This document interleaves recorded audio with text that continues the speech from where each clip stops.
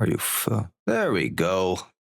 Happy time zone, everybody. Welcome back to Emperor's... No, wait, it's Debrief. It's Debrief. Yes.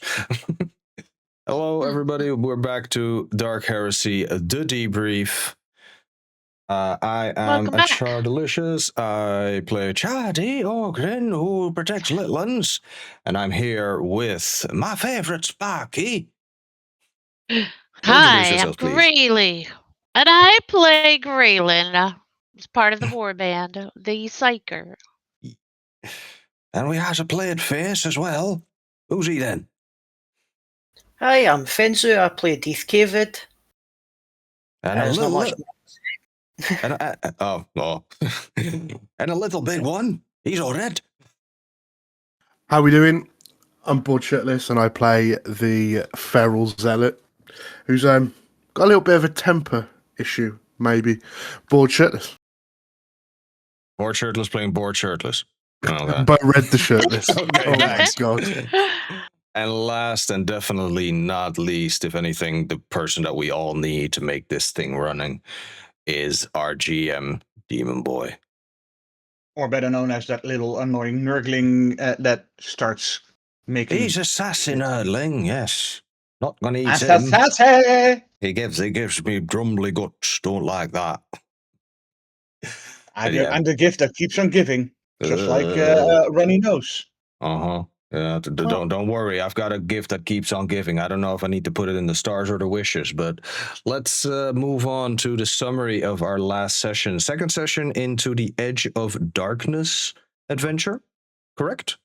Yes. Yes, and we are we're going on a roll now. I feel we've gotten past the intro in the first session, and now we are in the location where the victim of a horrible murder by cybernetics was living, met up with their sister in his own hab block. And it was in southern Koskarla. Koskarla, yes, indeed. Southern Koskarla. Yeah. Indeed. Yeah. And we were told that the scale was just immense, like walking from the station to the, the market across a square was taking us an hour's walk. So just, silliness of the sizes of Warhammer. But yes, so we did have a trip through the market because Charlie, of course, smelled food and he needed food and he got his food. What kind of food he got? We got some nosh. We got snosh. Burger. It was Berman good burgers, yeah. Yes, it was good meat and good bread. Yes, and cheese. Cheese. Cheese. Oh yes. No, not the cheese. Yes, the cheese. I'm saving that for later because literally, hey, you're gonna get a foot in. Yeah, somebody stuck their foot in, and all of a sudden we had cheese. Yeah, but yeah, so we got a lay of the land. Moved past a little union building, which was a worker meeting spot, basically. And from there to the hab block of the victim. Excuse me. And as we were there, the Chardy and Bo Red didn't like going inside because it's dark in there and small, and he's big, so... They stayed outside with Graylin, who graciously chose to stay with Chardy so that he wouldn't feel too bad about being outside. And yeah, so we had our two brainiacs, Clanky and or Exeter Doe Omega 5, and Death Cavid, the Arbiter, going up to the Hab cell, finding the victim's sister, who was there kind of hiding. I don't recall from whom she was hiding, though, but she definitely was not feeling very safe. It wasn't very clear because what you guys understood is that someone tried to break in her house. That was it, yes. She was afraid. Yeah, someone was chasing her brother as well. Chasing her brother, yep. We now told her that her brother was dead, and she was just like, yep, nope, that's the last straw. I'm out. Peace later. But she also told us that he had been found at the Union meat spot, had a little altercation there. A friend of his was at the church, the Templum, as they call it in the 40Ks, and we would call it a church, or hell, even a cathedral at the sizes that we're talking here. So yeah, we and there was also gosh, I need to grab the map for this. I think very drunk preacher. A very drunk preacher really that was just Bo-Red. That was just he was just done. That preacher was all done. Ain't nothing that preacher could do. But yeah, so we found the friend, and he told us about a other building. I right now cannot remember what it was. Was it an orphanage or like a halfway house sort of thing? An almshouse. The almshouse. Yeah. So basically, a house for the poor. Exactly. It was something to do with people that had gotten, that couldn't afford much, if anything. So yeah, we've got a bunch of places to go to now, and we're going to be, investigating more. And I believe Death Cave is hoping that he can get himself some enforcer grid. That there's something wrong with the enforcers. Yeah, the enforcers are definitely from her. Yeah. The enforcers are very much more criminals than laying down the law of the Imperium. So yeah, and of course there were also hints that the workers' union isn't up to snuff anymore. So fallen. Everything is just decaying. With a lot of follow-up hints there. Definitely, yeah. So we've got a good number of places that we can go to, and we'll see what happens next time. Indeed. And that brings us to how did we feel about the last session? Stars and wishes. Do we have any stars? Do we have any wishes? Do we? Usually I wait for last. This time I'd like to go first, if that's okay. Yeah. Go right ahead. Go right ahead. Just they changed it for everyone. Well, first of all, one of my biggest stars was how Bo-Red acted in the church. I just loved it. That was just showing a bit of his character. Thank you. Just the whole, your character is. He was clearly pissed off at that preacher, and I just like the fact how your character sort of lost it, but also not. Charlie jumped in there as well, and that little roleplay part that tickled me in a good way. I liked it. Yeah. So that leads up to my wishes. I'd love to see all of you do more of that, because that tickled me a lot and will give me reasons to see if I can include stuff like that more in the coming adventures. Yes. Because I would love to see Graylin have her little wait a minute moment, and same for Deef Cave and for Clanky, and of course for Charlie. So that would be my I mean the market and the food incident, that was awesome as well. But just in general, something that will show a bit more of your character's character. I'm really hoping that we can get that running for you guys, because that's peak content. Absolute cinema. And how, if anything, think about it like that. Think that you are like playing a character in a play, a show, or whatever. Exactly. How do you want to think about your character? And adopt mannerisms like that, speech patterns, whatnot. So to give my wish a bit more form, it would actually be my wish to get you all, give me some tips or hints or things that you think would be interesting to give a 5 or 10 minute RPG, a roleplay spotlight moment like we had with Bo-Red. If you guys could help me find some of those. So we what can. What are you looking for in particular? Like, what do you want us to give you? Like, just things like, like, what do you think your character would be interested in outside of simple survival, of course, and like doing their job or doing or any almost like a hobby? You could think of it. Yeah, something like Bo-Red's character was, of course, annoyed, and we didn't know that Bo-Red's character would feel so much about his religion, which is great because that shows the other side of Bo Red, because everybody now knows that he's a bare-chested, broad, angry, strong man.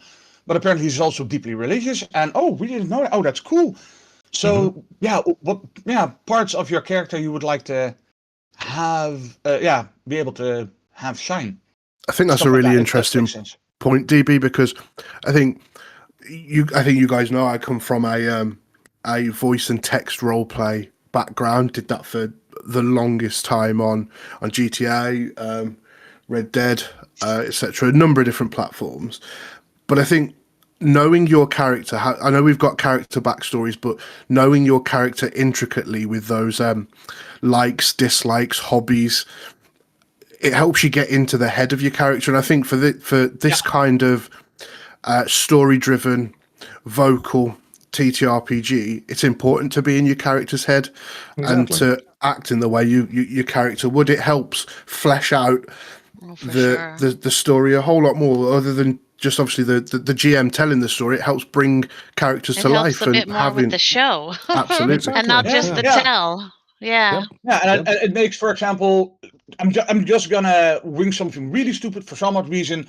Graylin, one of her pet peeves, for example, is people just not properly dressing. Well, I'm not saying that is a thing for Graylin, but let's just say, and then where you guys are at a sort of a formal, and there is another psyker, and they're just completely doing it wrong. And then Graylin, for some... Graylin has fashion sense. Oh, God. For example, and then she just has her moment where she just approaches the person and goes, oh, no, stuff like that. And, I mean, nobody would say that, oh, wow, nobody expected Graylin to be a fashionista, but there we go. How, for example... less interesting to have the female character a fashionista, but I know, but it's just a stupid example. It's hard to come up with appropriate examples, But yes, I get the same point. Thing. It would also be interesting if that would actually secretly be a thing Charlie would be interested in. Nobody would expect for sure. Ogrins, right? Like to be a fashionista. I mean, Charlie, I don't know if that's something ogre fashion is. Also, I found it. I found it funny, the remark of getting into the head of your character. I was like, if I get into the head of my character, there's still standing room left, man. Yeah, but we have even the I think it's good. Has depth. Of course, yeah. Find motivation for a character. If you want to make a one-dimensional character, three-dimensional, find a motivation for them. That's all you need. Well, and I think it would be interesting to see if there is something out there. I certainly think there's something for D&D, that can to kind of help with that. Yeah, right? Like there are character building. Is there not something in the rule book? I thought I saw something in. Well, and it's not character creation, right? Because I love the idea. What I would hesitate to see is like I don't want it to be forced.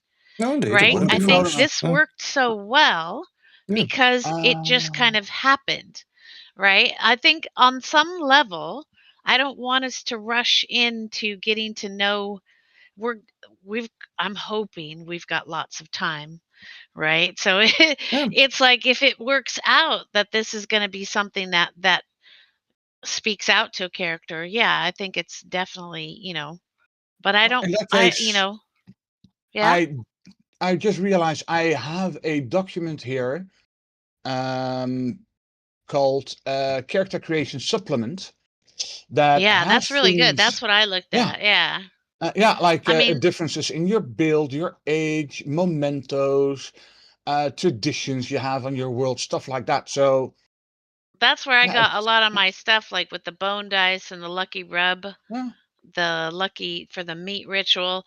But if other people's haven't looked at that one, or if there are other devices from other game systems, maybe there is something for Dark Heresy. I can certainly go off and look when we're all done, but maybe there is something.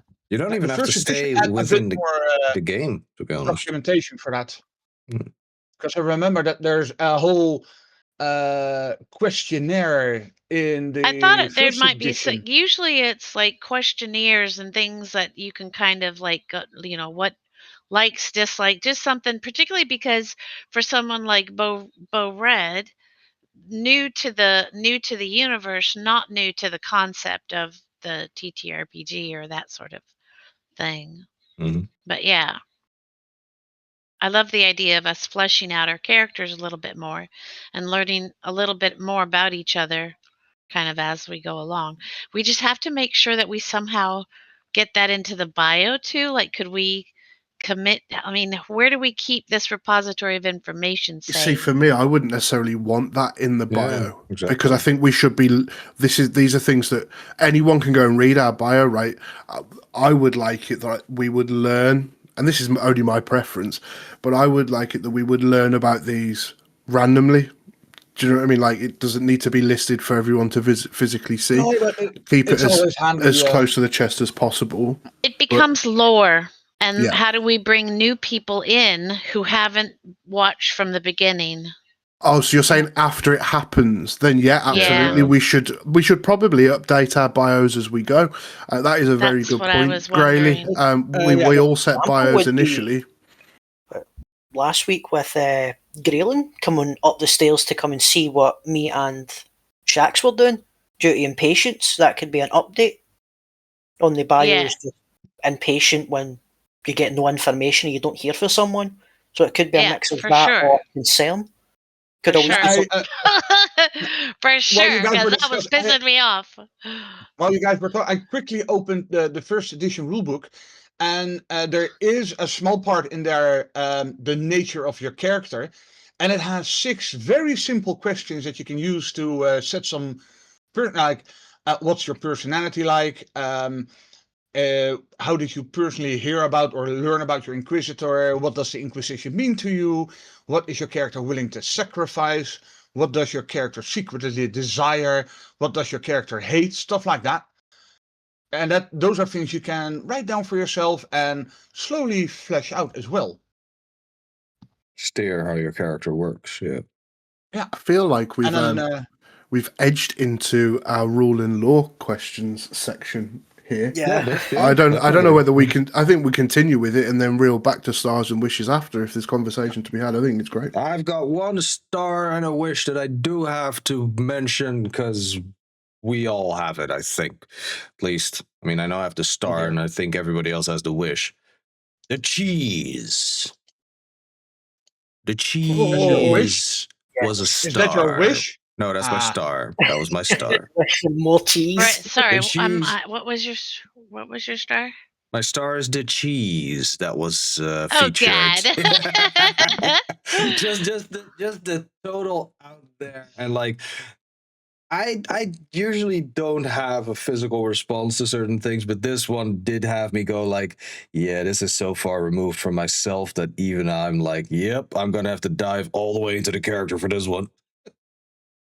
For those of you unfamiliar, the cheese was a matter from the feet of the bun seller. The bottom, like the callus. Yes, calluses and whatnot. So yeah, and the wish is for no more cheese.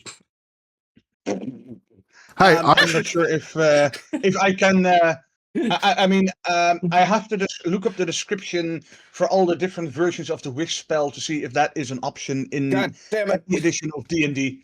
if I can just tag on to that, the cheese was amazing, right? As in, it physically made my stomach turn. I would say that has to be my star as well because it totally got me. Right? It totally got me. It got all of us. I was like, you're not. No, he's doing this. Oh, shit. It was so off the wall. Oh, yeah. But that is my wish as well, right? I think it really helps paint, not more cheese. Please, no, not more cheese. But off the wall moments things like that. Things like that. Yeah. But the overly descriptiveness helps paint a picture. And I think that was awesome. And leaning into that would be my wish, DB. Describe things, make us visualize it I know we've got visual aids, but if there is an option to make us visualize it, This basically came from the wishes you guys had last time as well, with the whole how much you liked the red gobble, how that you were so into it, and then it just completely switched everything. Yeah, I figured, pivot. You know what, you guys are having a good time. It's interesting. People are like, oh, so this is how they deal with it, and we could reference to the Demolition Man, and everyone's like, you all were having a good time. And then I figured this would be the best way to show how fucked up life in the Underhive is, where this guy is doing it, and people there would just go like, smells good, properly fermented. I'll have some of that. And we would, of course, I mean, I can just, in real life, I would have the exact same reaction as you guys had. Go like, okay, I'm done. I'm going to go vegan for a month. Yes, something like that. Oh, Jesus. Yeah, no, it was definitely a pivot indeed. And where the came out of left field. I think, but yeah, it's I'll do my best to keep the cheese like, but no cheese experiences surprise elements in there. Yeah, surprise elements. Surprise elements. Yeah, big stars. Yep. I think that's also why I tried to do the visual aids as well. Yeah. I think for my wish, I don't know. There were a couple of moments where I felt like I was trying to do what you wanted as like a wish in the first thing in the comment, right? Like a little bit more from us and a little bit, and I was trying to do that in the back and forth, and I just didn't. I felt like both times I tried to do that, I got a little bit shut down. That's and so. Please inform me when I do that, because I hate to do that.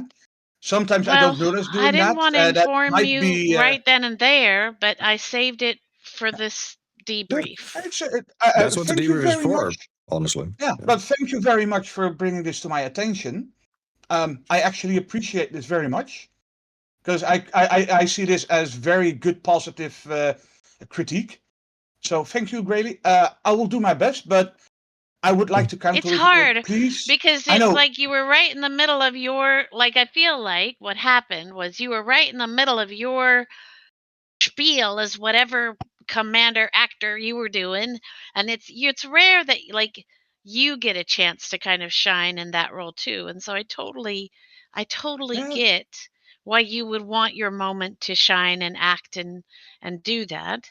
At the same time, I feel like it would be, I keep getting pushed into the role of leader.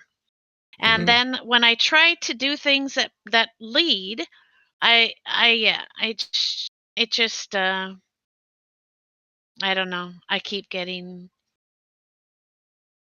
it doesn't feel good, but I don't know. It's a good thing that you're vocalizing this. I personally think that we should definitely I know it's not intended, right? So I know that. It is good for me as well, because I have moments where my ADHD kicks in and I completely, sometimes I have, that's just an issue with the thingy, that I don't notice that. So, yeah. So I guess my wish kind of goes back to like more back and forth, more acting. There wasn't a lot for me, and I'm okay with that. Like it wasn't,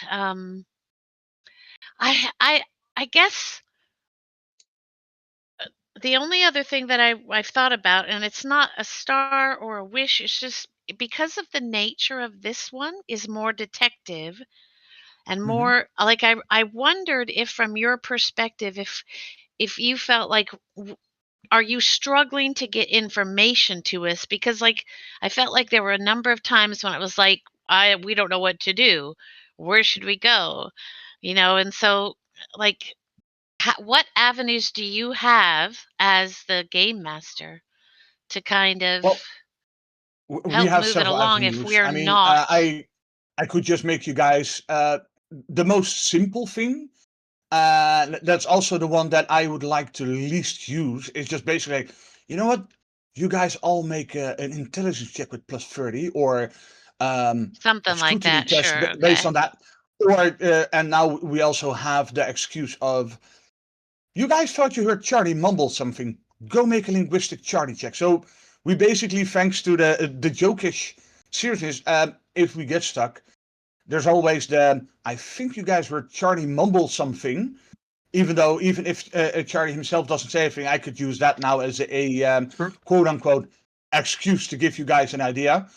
And otherwise it's just if you guys do really get stuck, there's also the point where I'm gonna go like, okay, I've given you all the hints except for explaining it. It's basically like that you guys could also say, okay, out of character, we're stuck. Out of character. What the heck? And then we could always say, yeah, and because if you guys are like, okay, it's a bit too vague, we're struggling, we could always say, okay, we're gonna have a out of character moment now, and just as a group discuss, okay, these are the hints I gave you guys. What do you guys think out of character, blah blah blah, and then we could just discuss it, and who knows, maybe the people in chat could also that's the point where they could also pop in and give suggestions. There's ways to get around it, so that is a thing. Unfortunately, that's also the nature of these kind of adventures, that there's a ton of ways to give you guys information, but if the dice are against you, how the fuck am I going to give you information? Because exactly. I have had it a few times where something is obvious if you guys make a roll, a check, and then the dice are like, nope, fuck you, DM, fuck the players, we're going to roll a 90. Well, one mechanic... That kind of took my wish way far away. Did everyone get a chance to do their star and a wish? We still have Fensu. Yeah. Well, everyone's star seemed to be... onto that, Well, everyone's star seemed to be the cheese. But yes. Mine is going to be a little different, and with the best friend of the deceased, when he was introduced to us, he decided to make a run for the door. And, of course, that's when my slow-ass fat character decided to run after him, proceed to get absolutely nowhere, and then Shaxx shooting the guy in the fucking leg with zero hesitation. That would be my star there. It's like, that's such a weird thing to picture. It's like, with obviously the rest of yous with the cheese, like, that's a kind of gross out scenario. But how my star is, it's just like, for someone to just see someone run and then immediately go into pursuit just to see a bullet whiz straight into the guy's calf. It's like, oh, what the fuck? I don't think this thing went into his calf. This thing went through his lower leg. Yeah, I made a fucking mess. It's a hand cannon that Clanky uses. It also very much fits with the whole way of how a mechanicum adept thinks. I mean, disabling, well, oh no, his leg is destroyed. We can fix that. We can replace it. Or we don't. Yeah. He ran. He must have been guilty. Yeah, exactly. And that's this is it. Exactly, he's running. That sounds more marine. He's running. He must be guilty. That sounds more marine and hardcore inquisitorial logic. In this case, the way because Shaxx did it, Clanky. It feels like something. Mechanicum adept would do, because it's flesh. Who gives a shit? Yeah, the flesh is weak and bullets are strong. So I feel like definitely from a lore and character standpoint, I would say it's definitely a thing that would happen from both, obviously, an admech and an arbitrator. I mean, I have a shotgun. I'd have to get closer to him before I could use it, you know? Yeah. Well, that's only for the bonus damage from scatter. You can still use it for the regular damage. Still pepper him up, you know?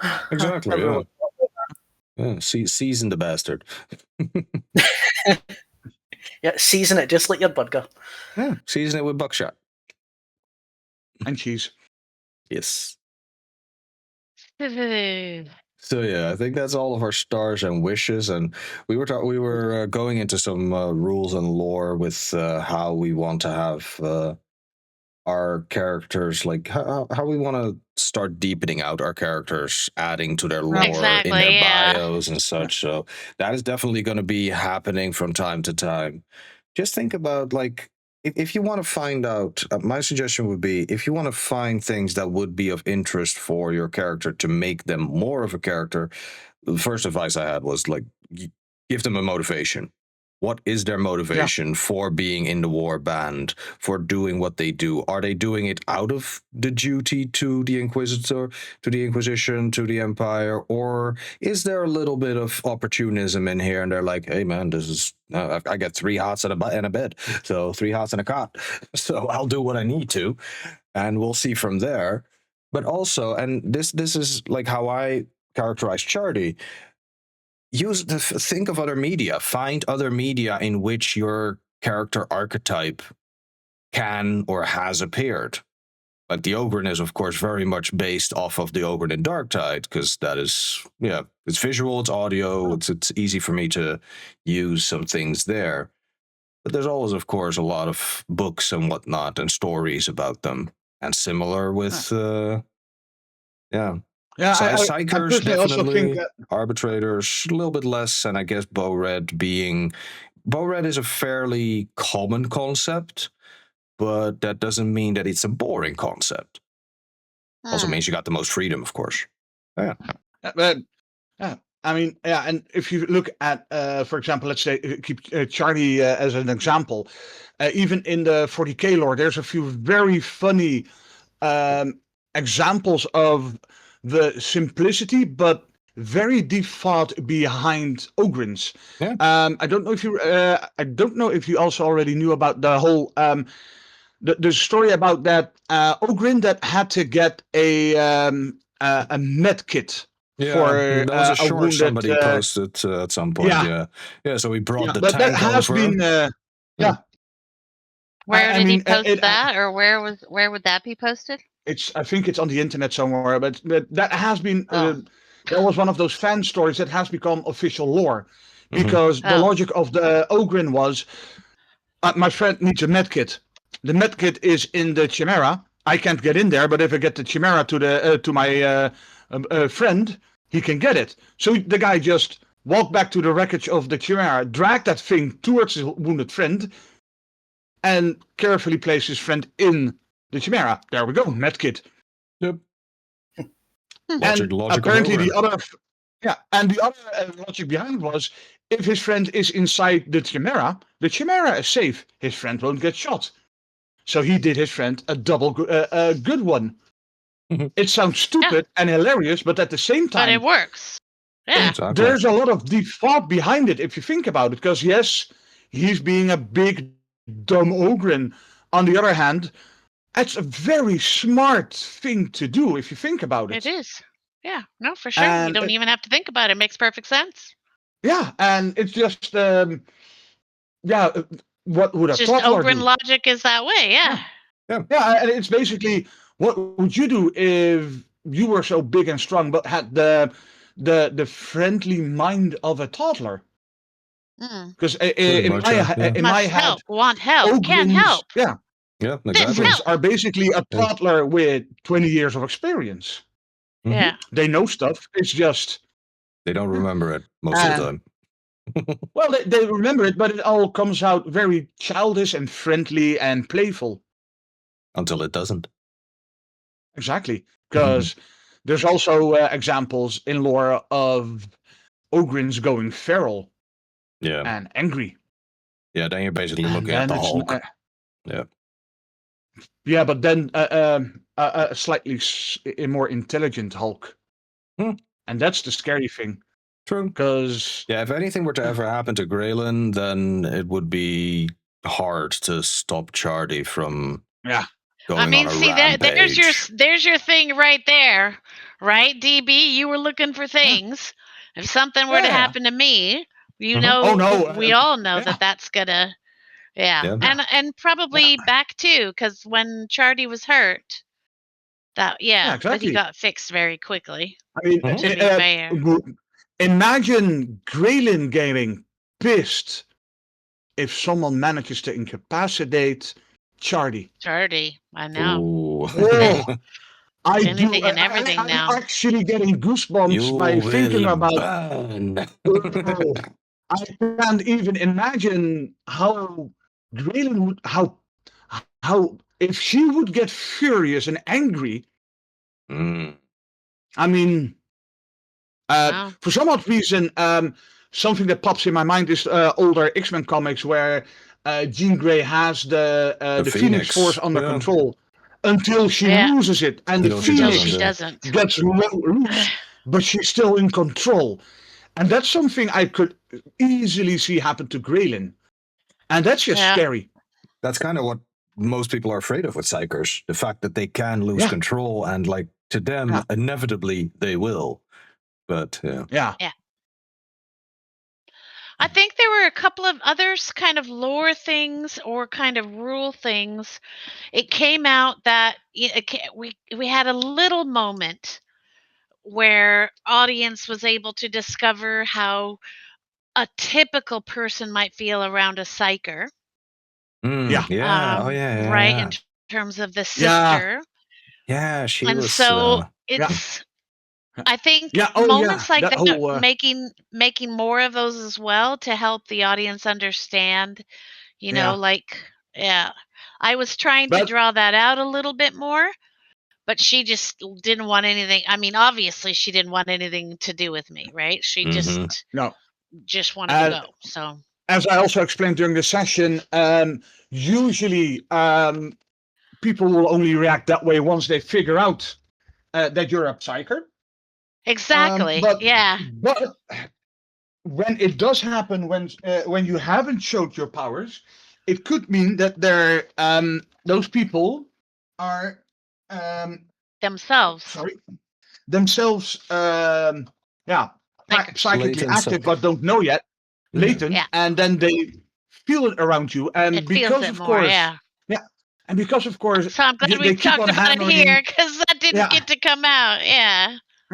It's all Yeah. the whole hate the mutant, hate the witch stuff that keeps getting Exactly. droned in every citizen. Yeah. And imagine the self-hate you would have if you realize, I can feel this psyker. Oh God, maybe I am psychically active. Oh, I'm a mutant. Yep. Oh, You are different. Blech. Yeah. What are you gonna do then, huh? Yeah, because and that's imagine the self-hatred she was projecting on Graylin. Because for the she might just not have reacted that way if she didn't have that feeling. Well, I can imagine it now, but I didn't know that before. So I didn't know that aspect of it. So I can, in some respects, sometimes we need to draw those moments out more a little bit. I'm not sure how to do that between, because we're right in the moment, and Yeah. Well, what you can always do it's is step useful. outside of the It is character. why it's useful to have this part of it in the debrief then, so we can go into that a little bit more. Yeah. Fortunately, we have that. And as what Charlie just said, could you repeat it again, Char? Well, you can step out. You can step outside of your character and just straight up ask from player to GM, like, is there a particular reason why this is happening? Because I feel that this is out of it. It's strange to me for some reason. So yeah, if you don't know, ask. I wouldn't have done that, so it's good to know. Like I felt awkward about the whole thing again, but it's okay. Once I realized what was happening, then it was like, okay, I get it now. Yeah. Same as with the whole the interrogator Sand who looked down on Charlie. Who looked down on everybody until Shax did what he did, and he finally went up in estimation. So and everybody else. The funny thing is with Charlie is that Charlie doesn't know that he's being looked down on in most cases. No, it wasn't so much that as like that was the moment where I feel like there would have been a little bit more give and take between characters. Like I don't. I mean, I get that you were trying to say that he's was a blousy official who liked the sound of his own voice and just wouldn't shut up. But I mean, I still feel like there were moments when, yeah. They're all trying to figure out how to put characters up the best. Well, and that's it too. Exactly. And when it comes to that, DB has the unenviable job of having to do all the other ones. We just all got of one. it. So yeah. I know, exactly. So, and it's hard. I have to do the broad strokes. Straight. Yeah, sometimes you want to do broad strokes. Basically, not super important NPCs. Yeah, I'll just have to put down some very stupid stereotypes who are very hollow, and we don't have to make them deeper than that. Like, a regular street scum. Like them. I don't know. Yeah, but then we're gonna get the whole. The DM introduces the cute goblin to kill, and the party adopts the goblin as a pet. Sort of thing. Yeah. Right. Yeah. Well, would it, I don't know. It's like, I know things like, we're a long way from, say, Critical Role level. Yeah. Right? I think there are certain amounts of scriptedness that happens in things like that. And so at some point, I don't know if it would be worth like a little bit of a heads up, like, well, there's a character coming up. He's just a blowhard. He's not important. Just let anything go. Or it's like, or this guy's, no. Because that would ruin a lot of the experience. That would ruin a lot of spontaneity, However, after a character gets, for example, let's just say, because we have a really good moment here now, like with the sister, the spontaneity was, of course, the whole, oh wow, what a bitch.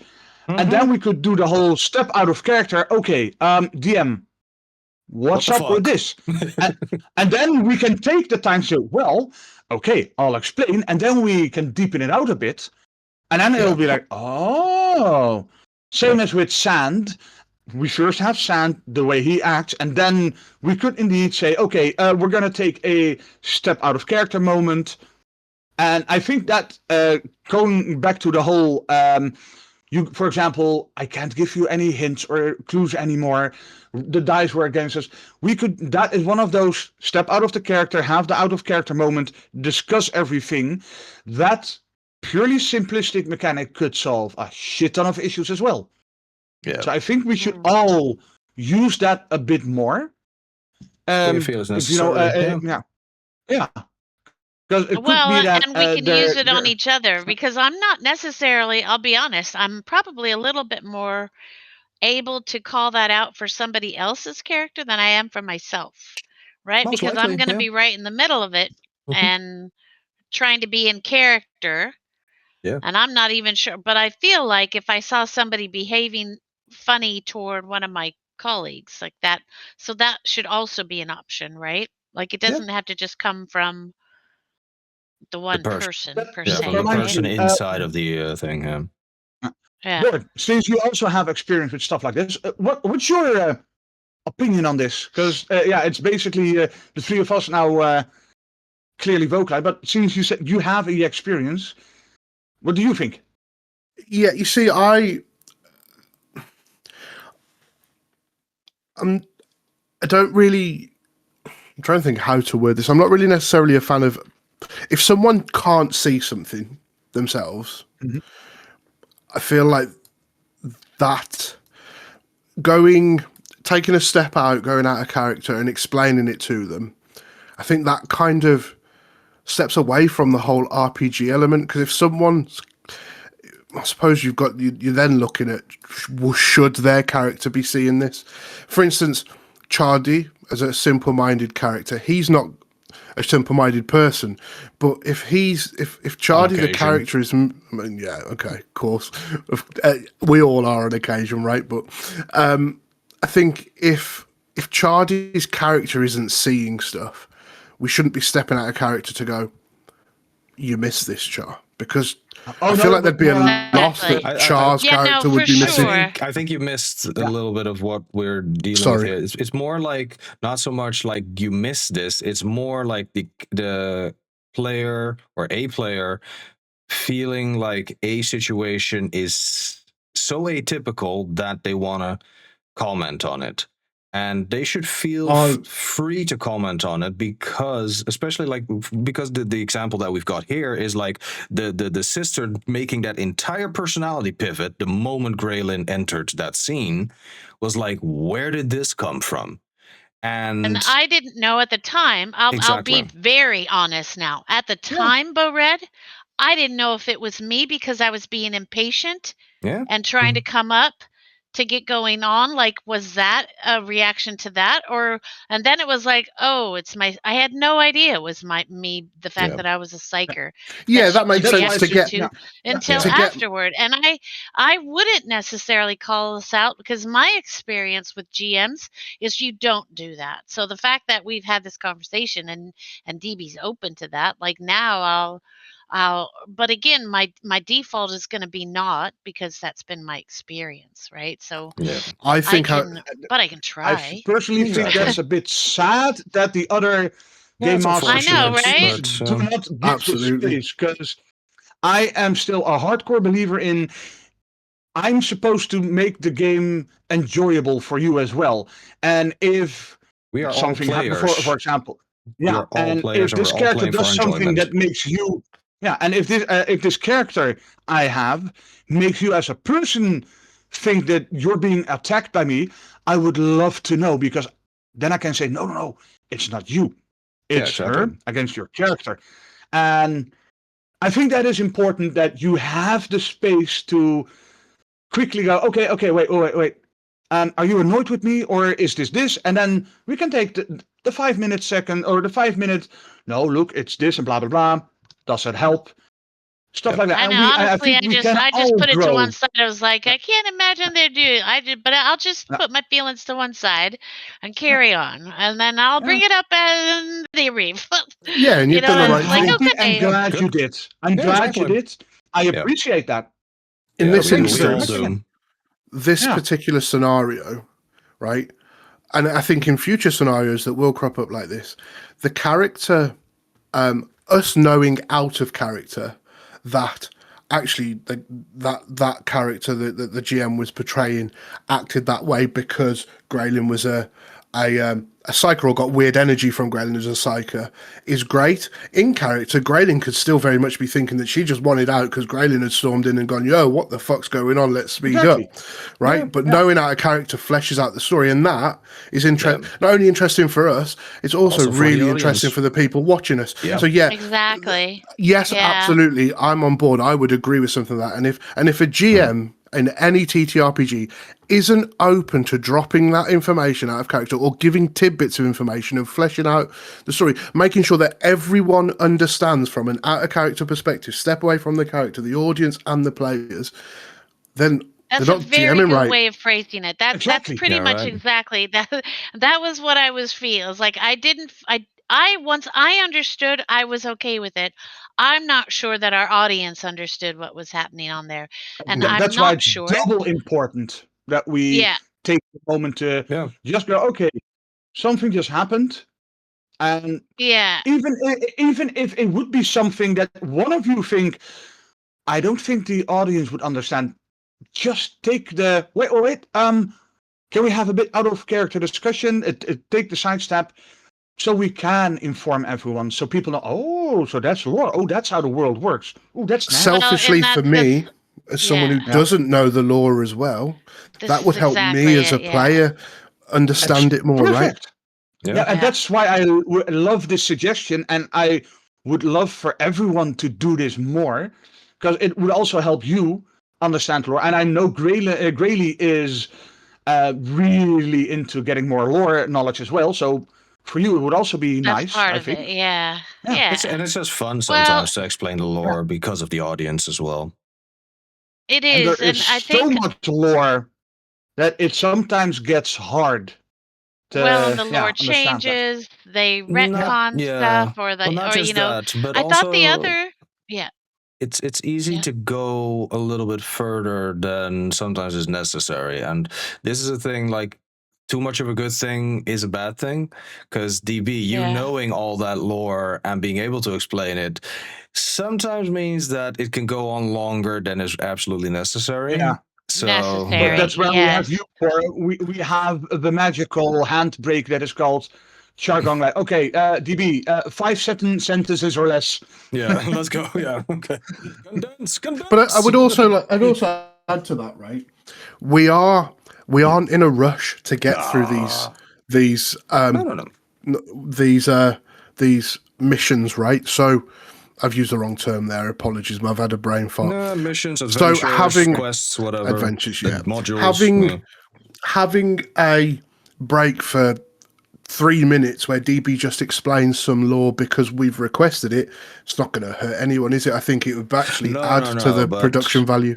It will, but the thing is that DB does have a tendency to want to say all the lore, and he can go on tangents, and he can, like, he basically is a vocal wiki deep dive if you let him.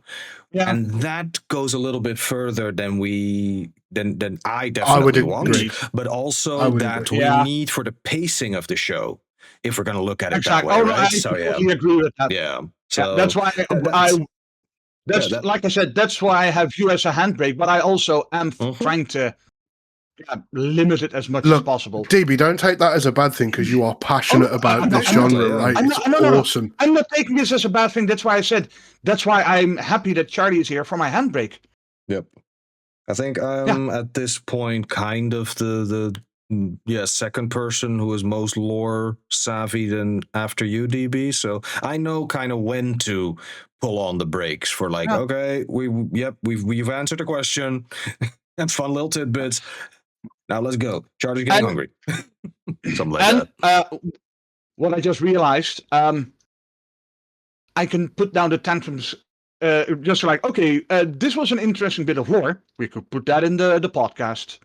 Yeah, exactly. We can go further with that in the debrief. Yeah. So if anybody wants to hear more about this, check out the debrief, accessible over here. Exactly, and that's also something we could look at. The moment we notice, if you guys ask me something and I just know, okay, this could be a deep dive, I could just say, Char, could you note this down for next debrief? Because this could be a deep dive. So I'm just gonna skim it and then because that would work wonders for everyone. We have a section for that, right?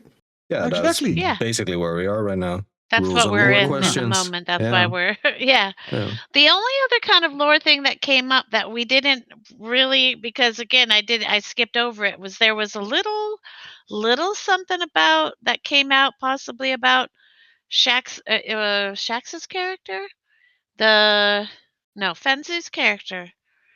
There was something. There was question that kind of was like, and DB almost, but we were edging around the idea that he'd come from where he came from.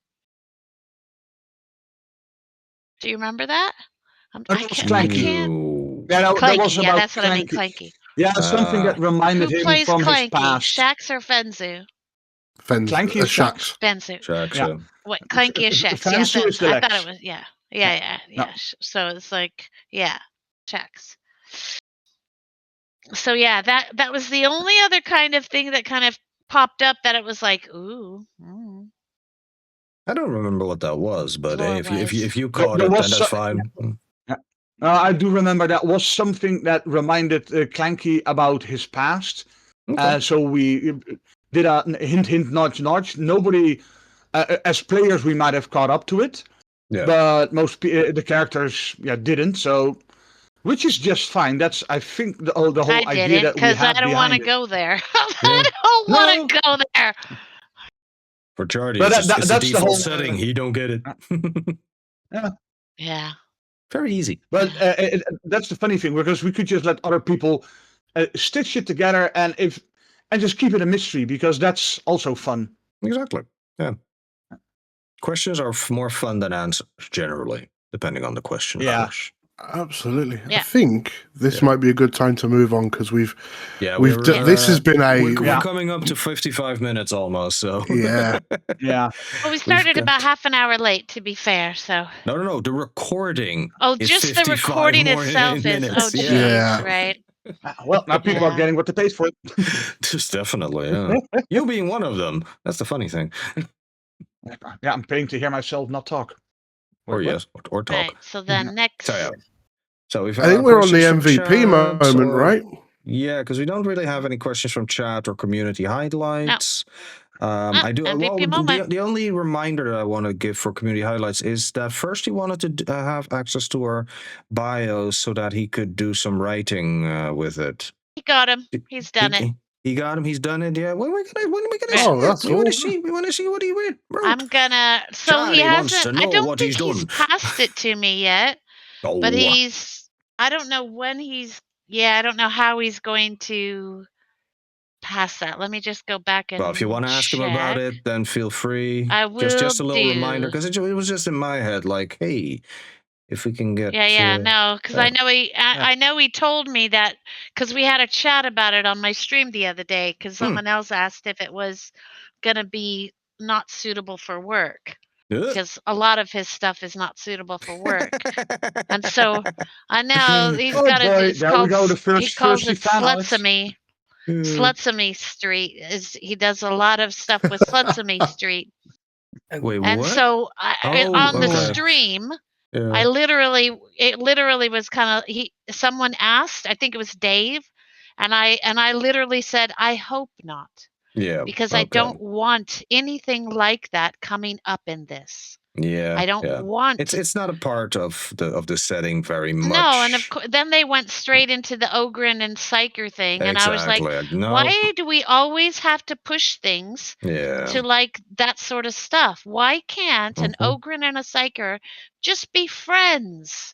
Why does it always have to push to the Ogren's big penis going into little girl's pussy? So I know. I mean, sorry, that's just me. She said the silent part out loud. Not everything needs to be sex. Exactly, yeah. And if anything, Warhammer 40k does very little about it, and like the few references that I've read about, I don't need it to do that. Have been very, very tasteful. Very much of a like hinting at it. There's I think like 2 instances in the entire Eisenhorn trilogy where it shows that Eisenhorn has a female friend of a female acquaintance or friend of his that he gets intimate with. Okay, that's fine. Book 3. That happens. It's gonna happen, but happens. it doesn't always have to happen. I think the only one that has an explicit scene was stream. Cassius Kane, I think. If you say so. I know that Caius Kane, Caiaphas? Caiaphas Kane. Caiaphas Kane, right? Yeah. He's supposed to be a joke character, kind of, right?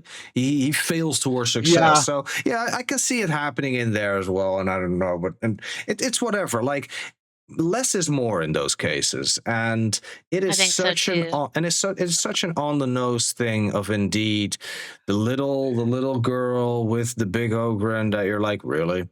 You couldn't come up with anything better. It's just a trope. I know. It's a trope. I don't know. I love the fact that we are that I think I'm excited to see what Firsty's put together because his stories are amazing. Right, and so as soon as I have it, I will definitely share with the class. Yes, please. But well, and that would be the thing if we're updating our bios. Oh gosh, it would be really handy if we could have those bios somewhere on the cloud, I guess, that then we can... Yeah, what's the status of that, GB? Yeah, GB. Game Master Boy. Heebie-jeebies. GBDB. December was... GBDB.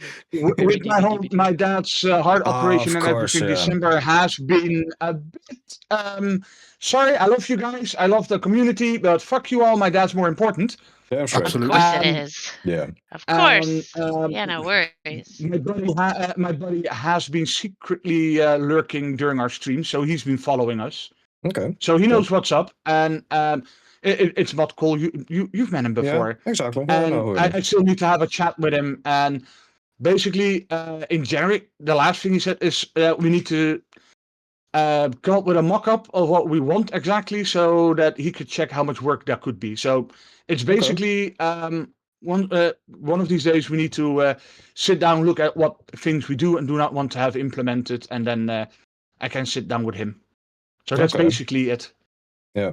So anybody who has any thoughts about something like that, like we're talking about a website that is going to be available for everybody to look up our character sheets and our bios, artwork of us, and maybe links basically to the those three. podcast. And, Those three things, yeah, yeah. and links and whatnot, of course, yeah. And I think like that basic information, like what Dave was asking about, is what people Yeah. really want to see. And seeing Exactly. what the extensions are that are on Twitch, you would want that as well.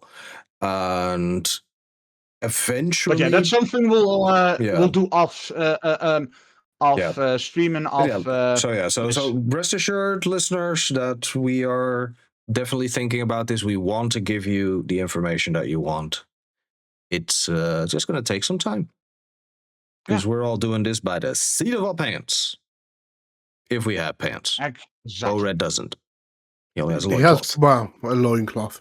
Exactly. He does wear undercrackers. He's only shirtless. He is covered up for the most part. The rest of it, all right. If you say so.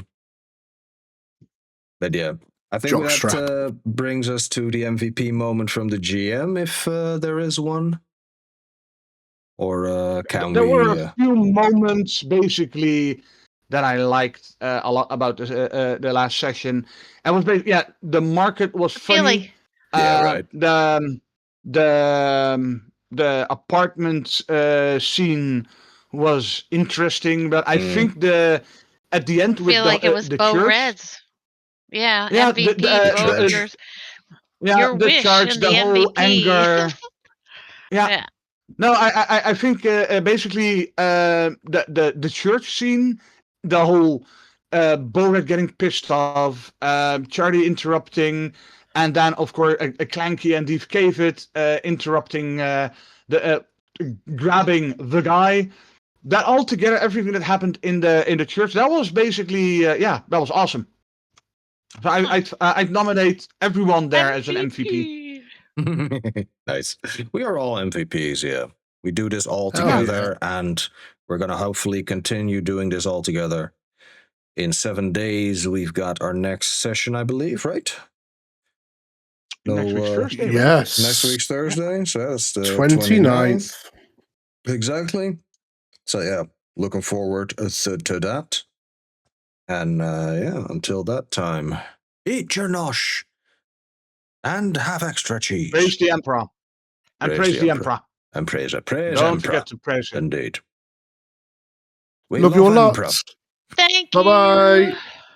Hello. Bye.